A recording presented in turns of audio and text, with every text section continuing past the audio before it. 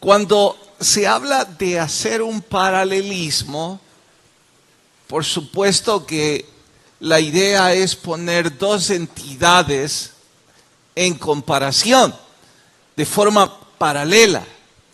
Pero cuidado, porque la intención de un paralelismo en oratoria no siempre es comparar dos ideas, dos hechos o dos eventos.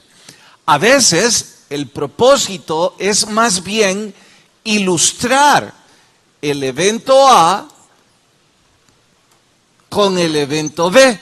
Estoy diciendo que el evento A o el hecho A es el que todo mundo conoce. Lo menciono únicamente para que esto sea de ilustración a lo que todo mundo no conoce. Claro que en este paralelismo estoy también haciendo una especie de comparación, pero el propósito es más bien ilustrar este evento con este. ¿Para qué se hace eso? Se hace para enseñar con mayor facilidad una enseñanza, valga la redundancia, o el corazón de dicha enseñanza, se hace con la intención de que el auditorium recuerde con mayor facilidad o asimile con mayor facilidad la enseñanza. Pregunto, ¿hasta aquí me di a entender que es un paralelismo en oratoria? ¿Sí, amén o no amén? Si está claro, entonces debo recordarles que yo el domingo hice uso de el paralelismo. ¿Cómo? Empecé aquí hablando ¿de qué hablé? No, ¿con qué empecé? Hablé sobre estadística. ¿Menonitas? No, eso fue después. Hablé sobre la densidad poblacional y les expliqué lo que eso significaba, que en realidad nosotros sabemos lo que eso es porque como país lo hemos vivido. Yo solo lo enmarqué en una posición teórica, pero todos sabíamos que era densidad poblacional. Hice un paralelismo.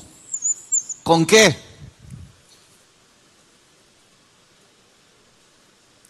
Obviamente, ustedes no conocían el evento B. Yo ocupé este porque ustedes lo conocían, pero lo que yo quería enseñar estaba aquí. ¿Qué fue ese evento? ¿Qué provocó la densidad poblacional en El Salvador? La emigración de muchas familias a otros países. ¿Y qué otra cosa propinó? La emigración de muchas familias al Gran San Salvador, volviendo así el San Salvador una de las ciudades más densamente pobladas en América y con el riesgo de colapsar. Pues bien, si yo dije eso, ¿qué era lo que quería mostrarles? Que los recabitas se habían tenido que mover de las montañas a el interior de la ciudad santa, tras los muros para protegerse. Entonces, mi propósito era más bien enseñar el movimiento de los recabitas. Bien, les pregunto, ¿me estoy dando a entender hasta aquí? Si eso es así, usé un segundo paralelismo. ¿Cuál fue el segundo? Les dije que la razón por la cual ellos se habían movido era el horror que la guerra les había propinado, así como el horror que la guerra había propinado a nuestros hermanos en el interior del país. Mi intención era llevarles a las costumbres y a la descripción de esta gente. Pero para ello, para presentarles a los recabitas, Hice uso de otro paralelismo. ¿Cuál fue ese? Los menonitas. Exacto. Y ahora que ustedes saben de los menonitas, y aunque no es una comunidad exageradamente conocida por todo mundo, sí es contemporánea a nuestro tiempo y sí nos hace fácil entenderlo. ¿Qué es lo que quise decir? Que los menonitas son parecidos a los recabitas. Total, todo lo que hablé el domingo llevaba como único propósito presentarles a estos señores. Ahora que ustedes tienen este contexto, entender la sociedad de los recabitas les va a ser mucho más sencillo. Y una vez ustedes entienden las costumbres y el por qué, lejos de ser una sociedad excéntrica o lejos de admirar, vamos a darnos cuenta que se convierte en una sociedad digna de admirar y de imitar.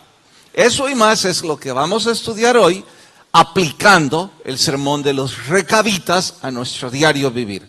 Eso y más en el sermón titulado Los Recabitas, parte 2. Vayan a Jeremías, capítulo 35.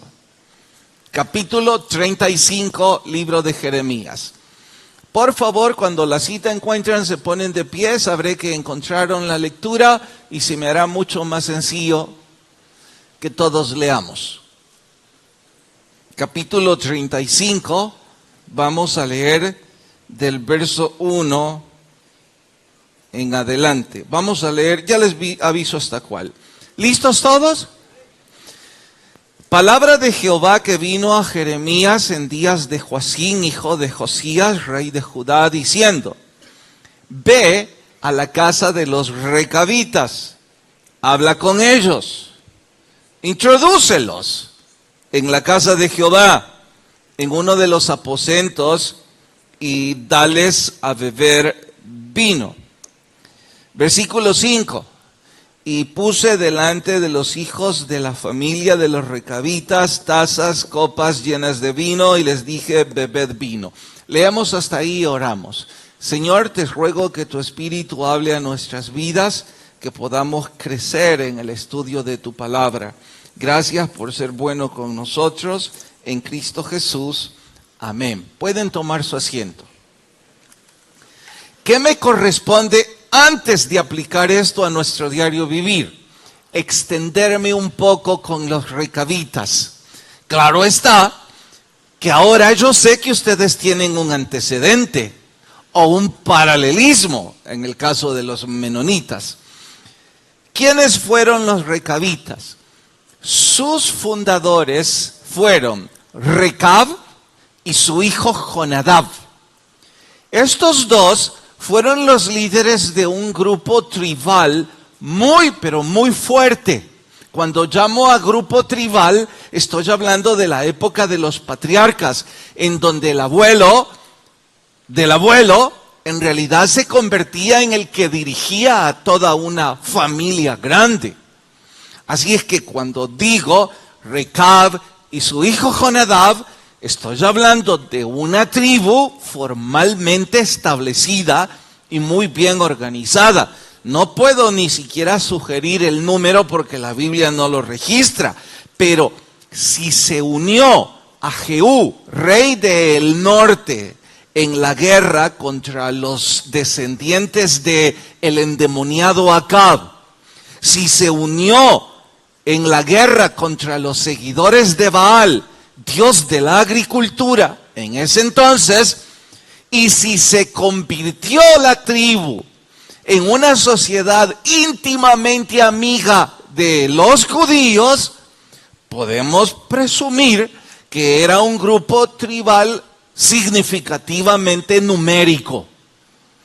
Pues bien, estos, por la guerra y los horrores que Nabucodonosor les estaba propinando, sabemos ya, se movieron. Pero también hay que saber algunas costumbres de ellos. Entre otras cosas, ya les expliqué el domingo por qué no cultivaban el vino. Ahora extiendo ello en decirles, Baal era en ese entonces el dios de la agricultura. Cualquier cosa que provocara el mínimo riesgo de contaminación con esa idolatría, Recab la desechaba. Sí, sé que me van a decir, mire, el asunto es un poco extremista, porque no podemos desaparecer de este mundo. Ya sé, dije antes que ellos parecen excéntricos, un tanto extremistas. Si la agricultura, alguien puede asociarla con el dios Baal, no queremos nada de eso. Y ellos prohibían a los hijos y a los hijos de sus hijos, a toda esa tribu, involucrarse en la agricultura. Esto también les llevaba a otra característica. Ellos no se permitían nunca el lujo de vivir en casas hechas de piedra. Ellos en realidad disfrutaban la vida de nómadas. No ha sido la única cultura después de Moisés en el Éxodo que han vivido por voluntad propia en tiendas de campaña. Deben saber, y aunque no es muy importante, nada más como acervo cultural, que los mongoles en sus orígenes también detestaron las casas hechas de piedra. Ellos preferían vivir en tiendas de campaña y sentían un honor a sí mismos pronunciarse como nómadas. Ahora, dejando a Mongolia y yéndome únicamente a esta historia, ellos vivían en tiendas de campaña para renunciar a otro concepto que, vaya que provoca problemas en una sociedad. Si ellos viven en tiendas de campaña, nunca tienen derecho a la propiedad privada y siempre se están moviendo de un sitio a otro. Si alguien no tiene raíces en la propiedad privada, ¿en dónde entonces tiene sus esperanzas? Repito esto. Si alguien no tiene raíces en la propiedad privada, en la tierra, en su tierra natal, ¿dónde entonces tiene sus raíces? Parece que es difícil que opinen. ¿Saben por qué? ¿Saben por qué es difícil para ustedes opinar? Porque no manejan en su propia vivencia la idea. Todos ustedes tienen raíces en la propiedad privada. Ustedes llaman a eso patriotismo. Ustedes llaman a eso madre tierra. Ustedes llaman a eso la tierra que nos vio nacer. Y sus raíces están afincadas ahí. Si eso lo quitamos, entonces ¿quiénes somos? Somos nómadas. Y entonces les pregunto, ¿para dónde vamos?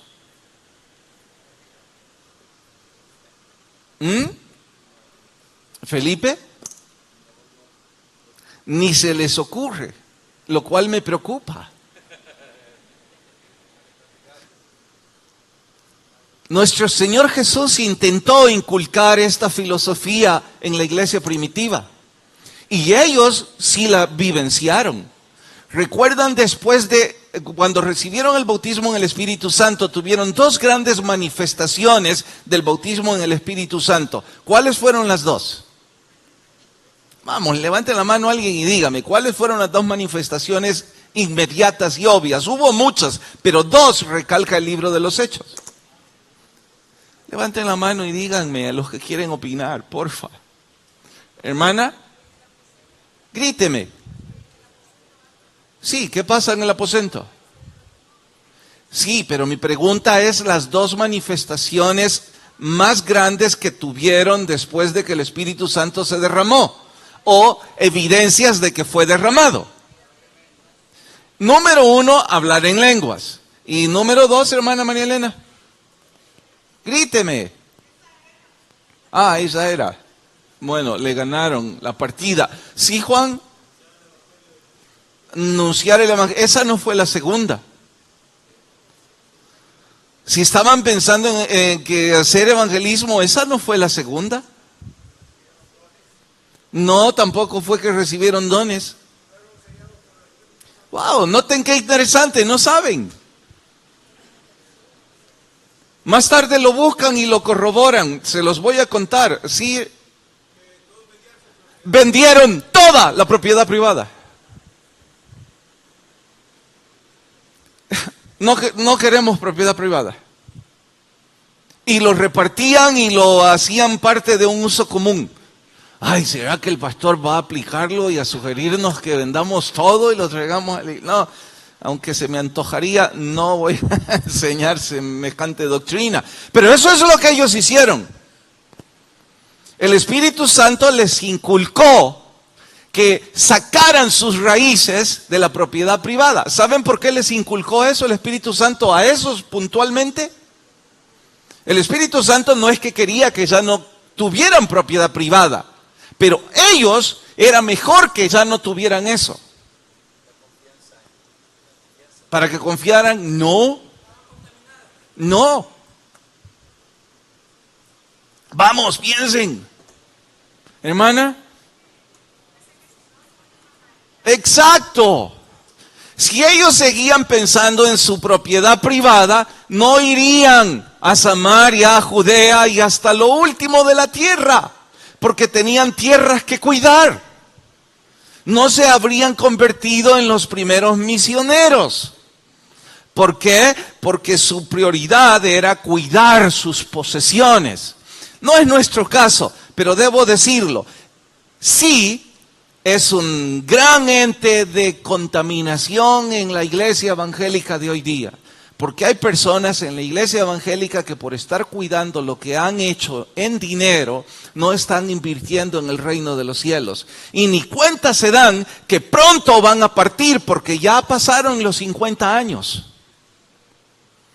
Y todo ese dinero que están cuidando, yo no sé qué predicador va a venir para convencerlos que todo ese dinero y esa empresa o ese negocio o ese empleo que tanto les quita el sueño, se va a podrir con usted. Y que lo único que tiene duración eterna es lo que hacemos para nuestro Dios. Pero hay una cantidad que pueden invertir en el reino y no lo hacen. ¿Por qué? Están arraigados. No son empleados, son sus propios jefes, no están ya dependientes de horario, algunos hasta jubilados, no están dependiendo de cuidar a los bebés, no tienen hijos chicos a los que hay que llevar a la escuela, pero no tienen tiempo. ¿Sabe por qué no tienen tiempo? Porque están cuidando la propiedad privada. Los recabitas prohibían la propiedad privada para no verse víctimas de ese paganismo. Todo lo tenían en común. Solo los estoy describiendo. Ahora, díganme, ¿acaso no es esa la vívida descripción de un peregrino? ¿Qué es un peregrino? Alguien que va de paso. ¿Acaso la Biblia no dice que esos somos nosotros? Pero los excéntricos son los recabitas, ¿eh? No. Los que estamos fuera de contexto somos nosotros, no los recabitas. Pastor, ¿qué acaso está insinuando o empujándonos a renunciar a la propiedad privada? No, pero sí estoy yo siendo exhortado que si la propiedad privada me hace echar raíces en este mundo, en lugar de pensar en echar raíces en el mundo venidero, pues entonces eso es contaminante. Eso es lo que ellos no permitían. Sigo hablando de los recabitas, todavía no estoy aplicando nada. ¿Me estoy dando a entender? Bueno, además de eso, debían practicar una especie de voto nazareo. El voto nazareo, digo especie porque no parece que era riguroso y estrictamente el voto nazareo. El voto nazareo decía que quien lo consagraba no podía beber alcohol, no podía cortarse el cabello y tampoco podía acercarse a un cadáver. Conocemos 2 o 3 en la Biblia. Por supuesto, Sansón fue uno de ellos. Nuestro Señor Jesús fue nazareo y fue nazareno. Y no es nuestro tema ahora, solo quise ponerlo como un ente comparativo otra vez para insistir. Ellos practicaban una especie de voto nazareo. ¿Por qué? Bueno, no bebían vino, no sabemos nada respecto a su cabellera, pero tampoco debería sorprenderme si ese fuera el caso. ¿Qué? ¿Todo eso es fanatismo religioso? Porque Jesús recomendó beber vino. Él fue a una fiesta y convirtió el agua en vino. En la dieta alimenticia de los judíos, el vino es sustituto del agua. Cortarse el cabello es un acto de limpieza. No acercarse a los cadáveres. ¿Y qué van a hacer aquellos que trabajan en un servicio de funerales?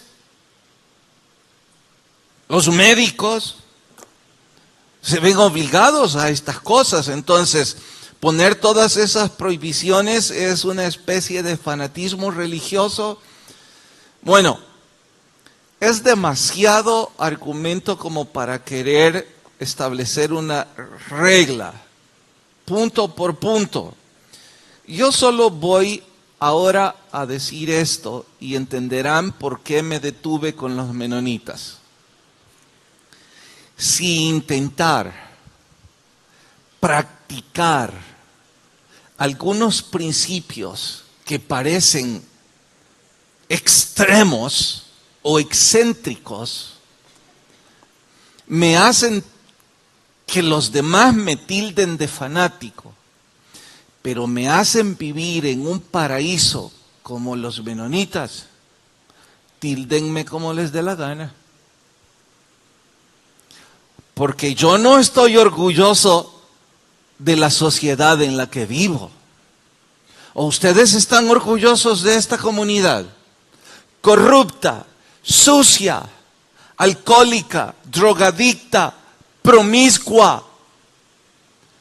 ¿Quién puede estar orgulloso de una comunidad así? Y tan contaminada que la iglesia evangélica se ve llena de todo ese lodo.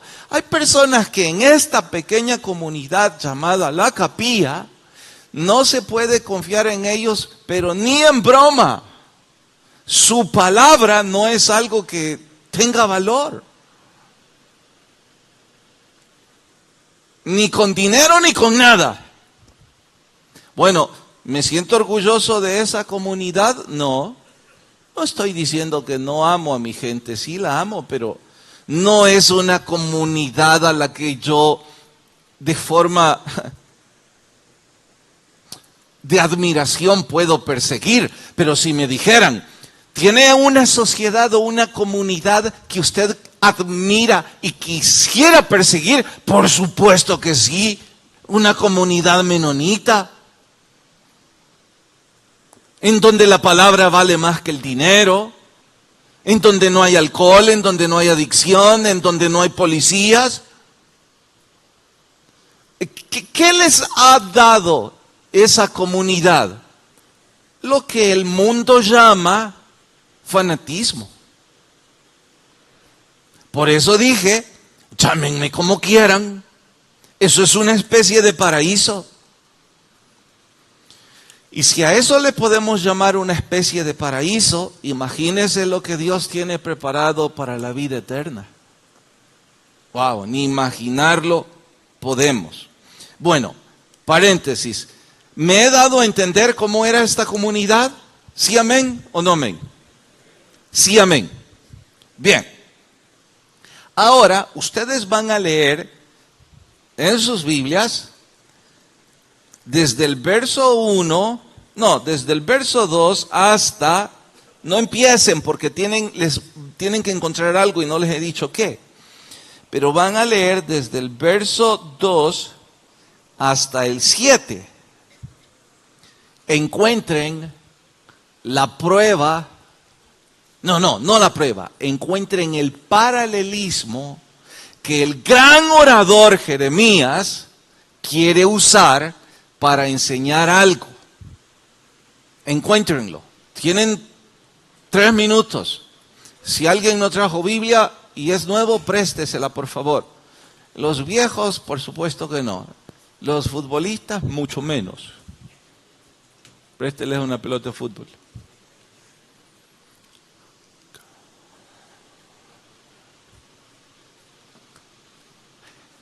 ¿Qué andan buscando? El paralelismo.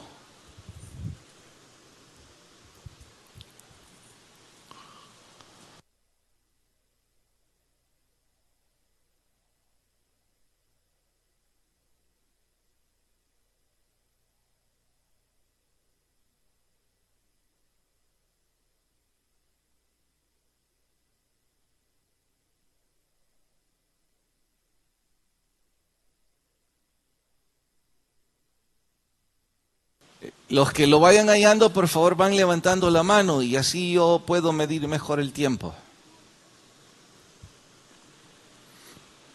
1, 2, 3, 4, 5, 6.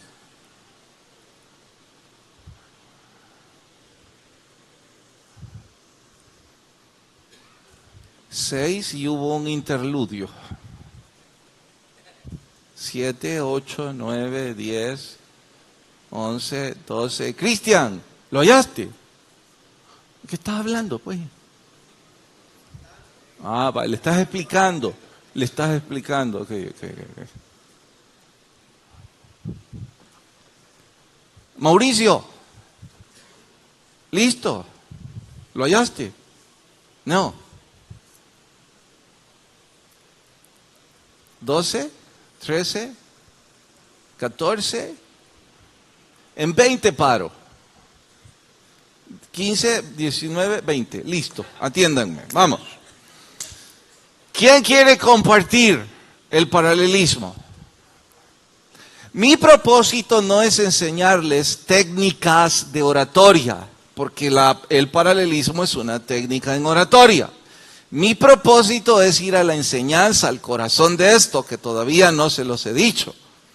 ¿Pero alguien quiere decirme el paralelismo ahora? No, nadie. En Pacheco. Les quería enseñar que los recabitas habían obedecido al mandato que tenían. Quisieron obedecer. Cerca, por cuestión tiempo. Jeremías les puso una prueba. Era algo así como una trampa. No se sorprendan que Jeremías consiguió un salón en el templo. ¿Recuerdan el abolengo de Jeremías? ¿Qué era? Hijo de sacerdote. Entonces, para él conseguir un salón en el templo, pueden estar seguros que sabía cómo hacerlo.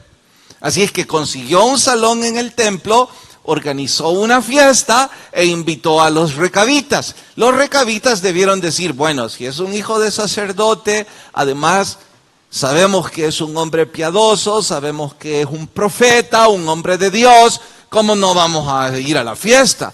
Llegaron al templo y ahí en la fiesta Jeremías había puesto las mesas, la comida y por supuesto había puesto vino en cada esquina, como acostumbraban los judíos en el templo. No piensen que en Acción de Gracias aquí les vamos a poner vino también. Esto es un ejemplo. En fin, Jeremías había dispuesto todo de esa forma y les tenía vino. ¿Qué? ¿Acaso Jeremías quería probar su fe? ¿Acaso Jeremías quería probar la fe de estos? ¿Acaso Dios quería probar la fe de ellos? ¿Sí o no? Pues no, porque Dios y Jeremías ya conocían la fidelidad de los recabitas. Dios y Jeremías sabían de sobra la reacción de los recabitas. Estando allí en el salón y en la fiesta, todos debieron estarse preguntando, a ver qué hacen hoy. Si es Jeremías el que les está convidando en el salón, pensarán que es una situación de santidad y aquellos que nunca bebieron vino van a tener la tentación, hoy sí, porque es del Señor, bebernos un trago. Ahora tenemos el perdón de Dios. No, Jeremías podía predecir la actitud de los recabitas. Y tal cual ustedes lo suponen, ellos dijeron, no importa, ahora esto lo agrego yo, pero estoy seguro que lo pensaron. No importa si un ángel del cielo viene y nos dice que vamos a beber vino, no lo haremos. Nos hemos consagrado. Y no vamos a violentar nuestros principios ni las enseñanzas de nuestros padres por nada ni por nadie. Aquí va el paralelismo. Todo esto era porque Jeremías quería predicar el siguiente sermón. Quería decir, si los recabitas son fieles, ¿a qué cosa? ¿Son fieles a qué cosa? A la tradición familiar. Si ellos son fieles a la tradición familiar, siendo un hombre el que ha dado todos esos mandatos, ¿cómo es posible, dice, aquí va la comparación o el paralelismo, que mi pueblo es qué cosa? ¿Es qué cosa? Infiel a todos mis mandatos. Ese es el mensaje. ¿Me he dado a entender? Y eso es lo que Jeremías les estaba gritando. Ya les dije antes, vaya que era un orador elocuente y que se inventaba cada cosa para que el pueblo escuchara y para que el pueblo fuera exhortado. ¿Me he dado a entender hasta aquí, hermanos? ¿Sí, amén o no amén? Bueno, si me he dado a entender, entonces, ¿qué es lo que sigue ahora? Aplicarlo a nuestro diario vivir. ¿Cómo voy a hacer eso? Bueno, yo voy a darles 2 o 3 ideas, pero cada quien debe aplicarlo a su propia vida. Yo voy a preguntar, ¿conocen personas ustedes que son fieles a la religión de sus padres? Por excéntricas que sean sus costumbres. ¿Conocen personas ustedes que son fieles a su religión por excéntrica que sea su religión? ¿Lo son o no lo son? Bueno, cítenme un ejemplo, o 2. Felipe. 2 familias visitó, por mucho que les aclaró la Biblia, aceptan todo, pero no quieren. ¿Por qué? porque han decidido morir en la religión de sus padres. Bueno, eso es ser fiel a sus costumbres, ¿no? Sí, hermano, Kevin. Tiene un amigo en esa misma...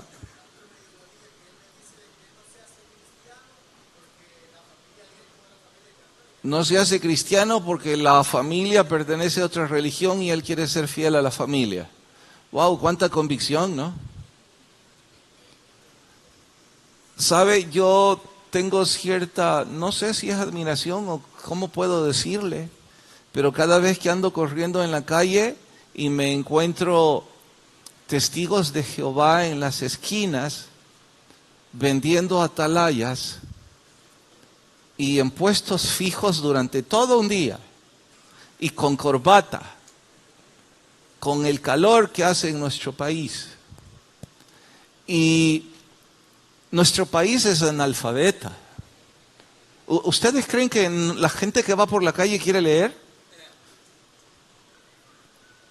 ¿Cómo hacen esta gente para vender esas revistas? ¿Sabe que el otro día le pregunté a uno de ellos y le pedí disculpas?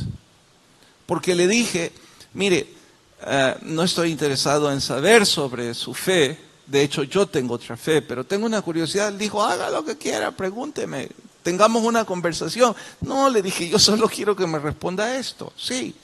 ¿Cuántas revistas vende al día? Ninguna, me dijo. ¿Y qué hace aquí? Yo las dono, las regalo. Wow, vaya convicción.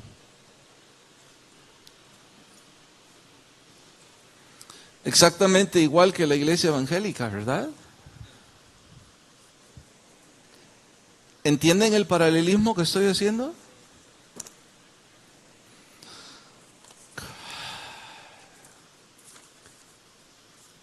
De hecho, me pregunto a veces, ¿por qué es que el pueblo evangélico es fácilmente atraído a las costumbres paganas en lugar de que el mundo se sienta atraído por nuestra convicción?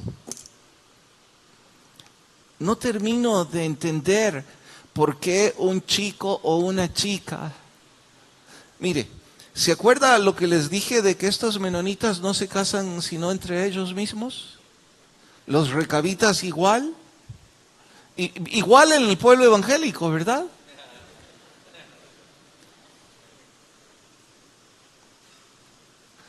¿Cuántas veces hemos enseñado que la Biblia dice no os unáis en yugo desigual?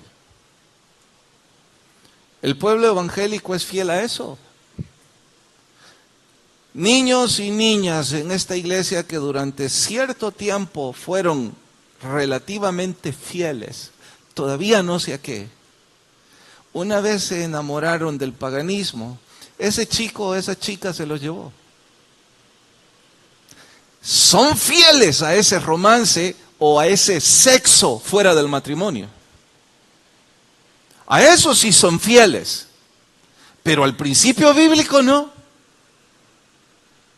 A pesar de que saben que están sembrando tempestades en sus vidas, son fieles a eso. Y no importa el necio y entrometido predicador o pastor que quiera decirles, vas mal. Ellos ya han decidido ir mal. Y a esas personas sí les son fieles, pero no a los principios bíblicos. No termino de entender. Pastor, es una atadura. Es la esclavitud del pecado. Sí, pero yo me pregunto, ¿y no deberíamos al menos sentir vergüenza? ¿Dolor? ¿Arrepentimiento? No sienten nada.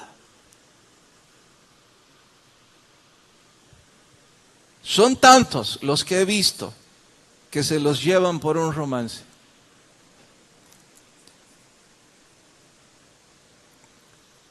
¿No está esa gente orgullosa de su fe?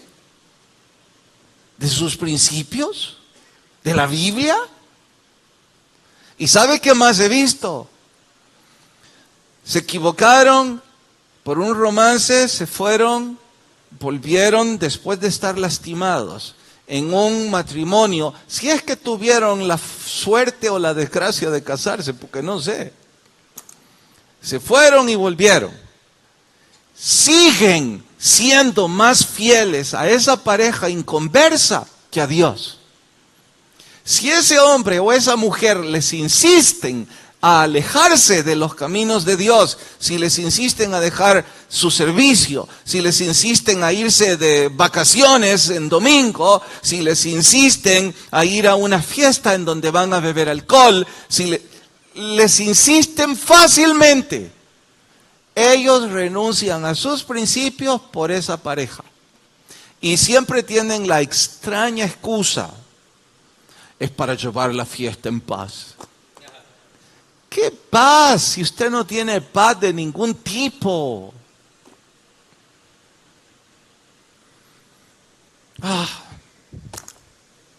No entiendo.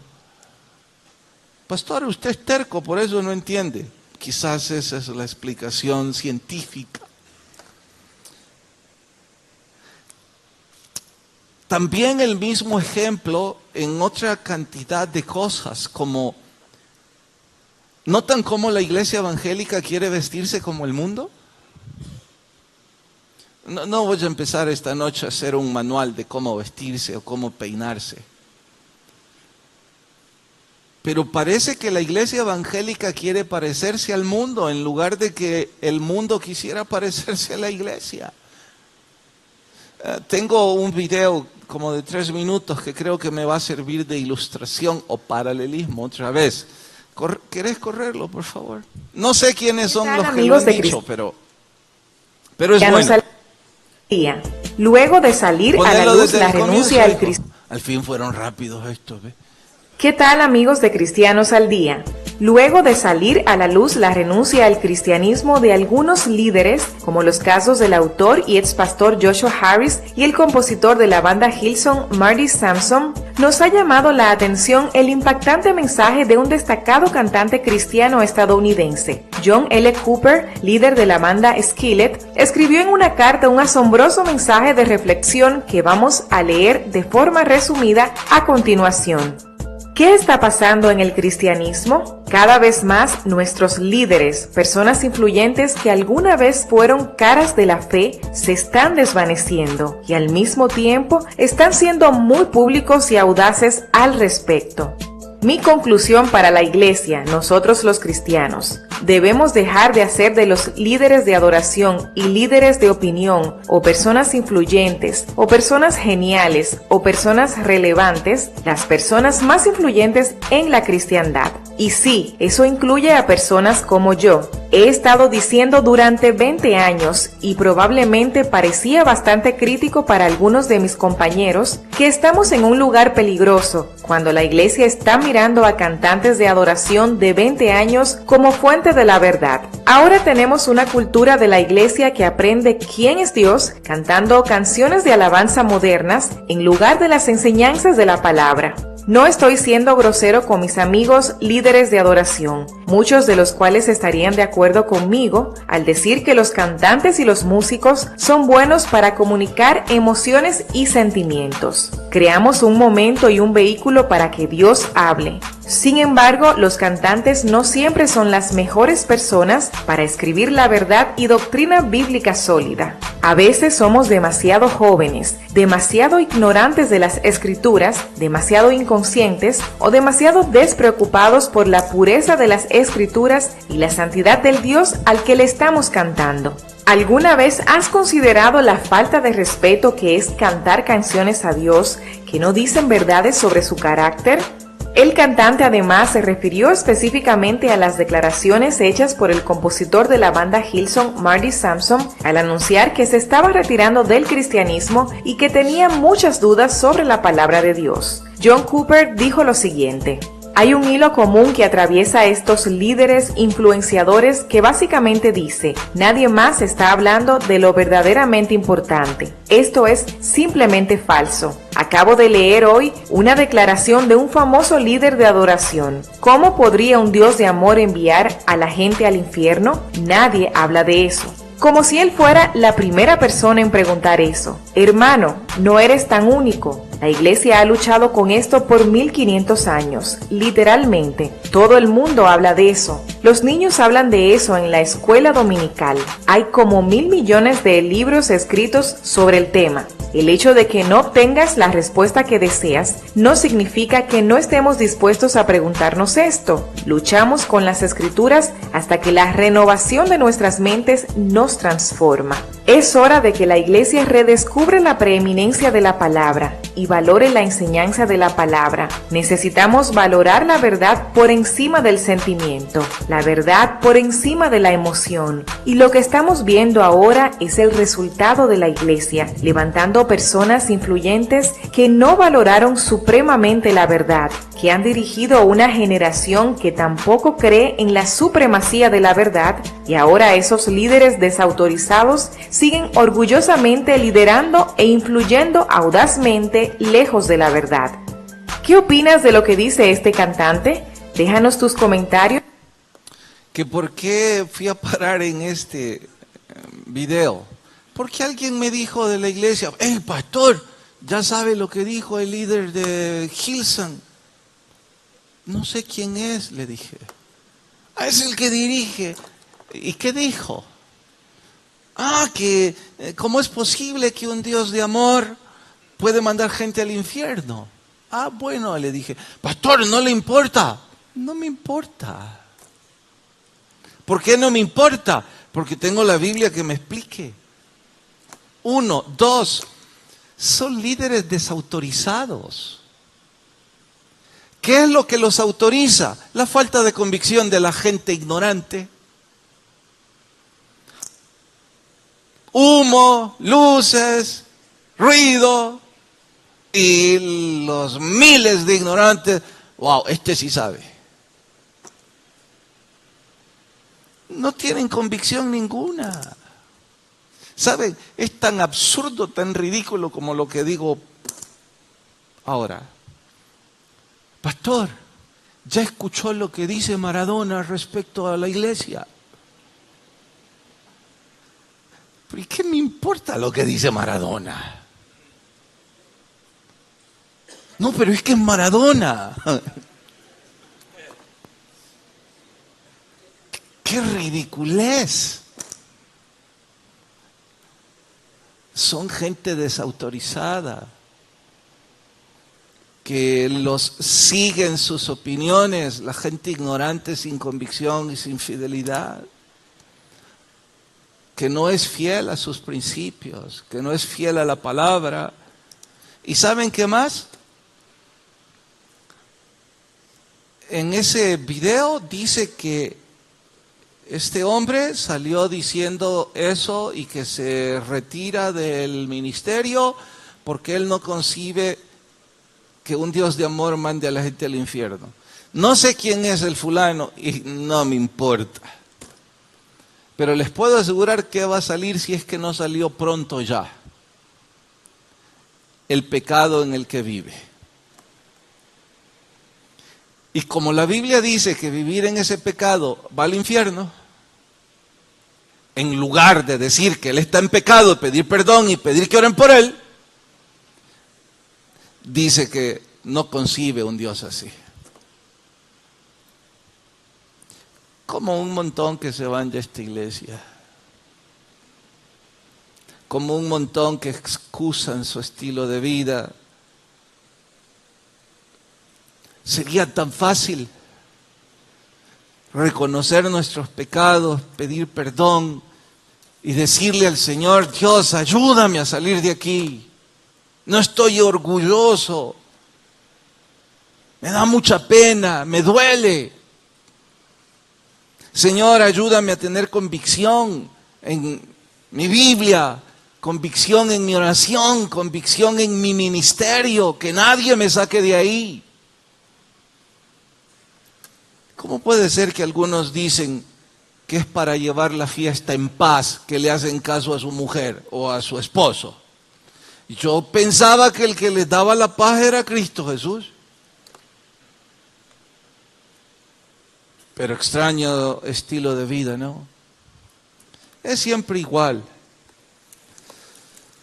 ¿Con qué termina Jeremías la historia con los recabitas? En casa leen los detalles. Dice que ellos iban a ser recompensados, no por no beber vino.